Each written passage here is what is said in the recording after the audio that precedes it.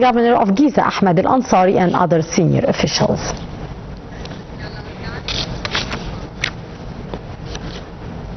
And to shed more light on the issue, we are very much delighted to be joined over the phone by Mr. Rahman, our prominent journalist. Good afternoon to you, sir. A very good afternoon to you. Hello to you and to the dear viewers. Thank you so much for joining us. Pleasure all. Mr. Rahman, how do you see the Prime Minister's tour in the 6th of October city and inspecting number of factories there, and what does this reflect on the state's keenness on increasing the number of factories and industrial complexes in Egypt, and the importance as well given by the state for attracting more FDI?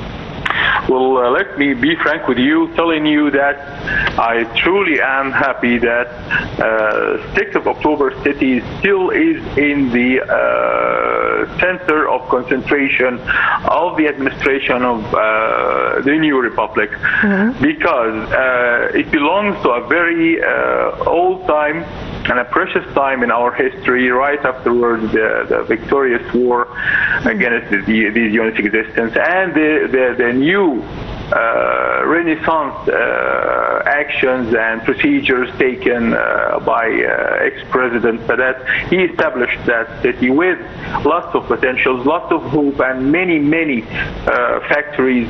Today there is a new era for this city that has held the dream of too many work opportunities for businessmen, for industrymen, for thousands and thousands of people who work there. And today there is a new generation of workers and a new generation of factories that is living up to the new measure, the new standards of the nowadays economy, according to the international measures.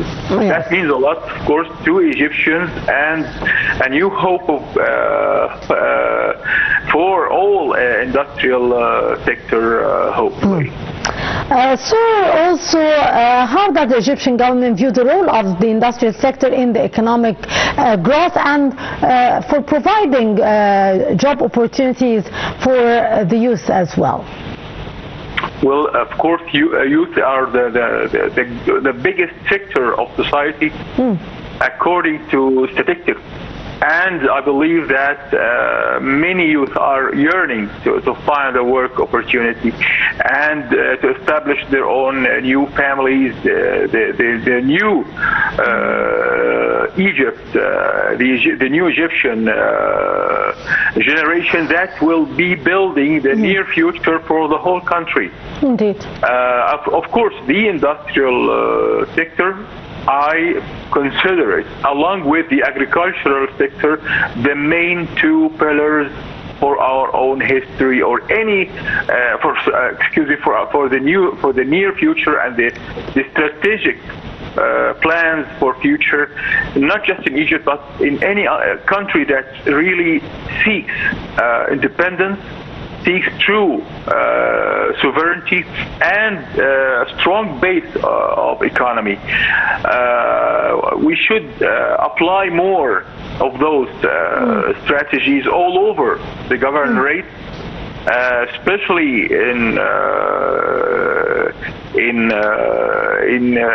Sinai, in Upper Egypt, in many places that are really in need for more projects. And also, we shouldn't forget that there are still factories are yet closed. We need to reopen it and give those the owners of those factories stronger push towards encouraging them to reopen their projects, because all of those projects are the true blood in the economy vein. Indeed. So why is the government focusing on attracting both the labor incentives and high-tech industries? Well, this is the sign of the time. This is the language of this era all over the world, and we cannot separate our our economy from the international economy. And it's, of course, the latest measures, I see it being applied at all levels of the industrial sector. I believe also that there is a very vital need for developing a new generation of workers, an educated generation of true workers that are be a part, the greatest part of development throughout the industrial education, and more institutes to develop and to train the new generation of youth to work in such factories, because without this we can never find our own victorious future. Yes. What, from your point of view, Mr. Abdel, what factors actually can make Egypt an attractive manufacturing and export hub for investors? Well, first, we have renewed our laws net. That was a very important and brave decision to make, opening the gate for investors from all over the world to come and invest in Egypt. That's one very important step. The second step is encouraging the small and the mega and the medium project level, all side by side. We need for each and every citizen who can, who has his dream and a project to be applied, to make it easy for him to start his own project. With the support of the state, in his first years, he should be having support from the state to encourage him and to make a new generation of business owners and factory owners. And that's how we can build a strong and reliable private sector. It's not a matter of business, it's not a matter of exporting or importing, it's a matter of creating an industrial elite, an industrial sector with all its instruments, starting from the students, who should be trained and well educated in such matter, along with opening the horizons for each and every person who has the expertise and the will to start his own project. Yes.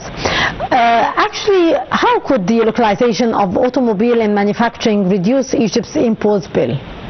Well, this is a very important and strategic step.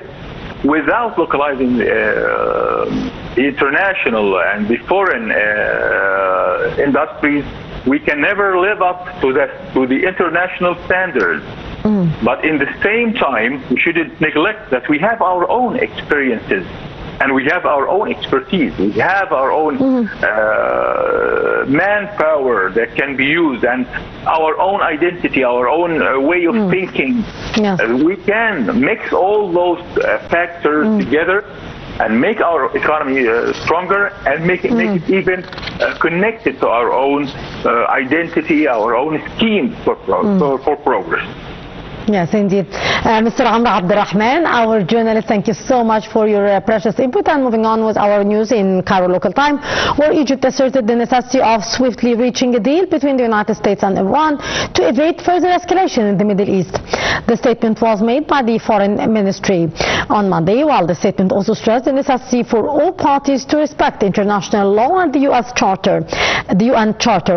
It said it is necessary to reach a settlement with regards to the Iranian nuclear file and to free navigation in the Strait of Hormuz. The statement underscored the necessity of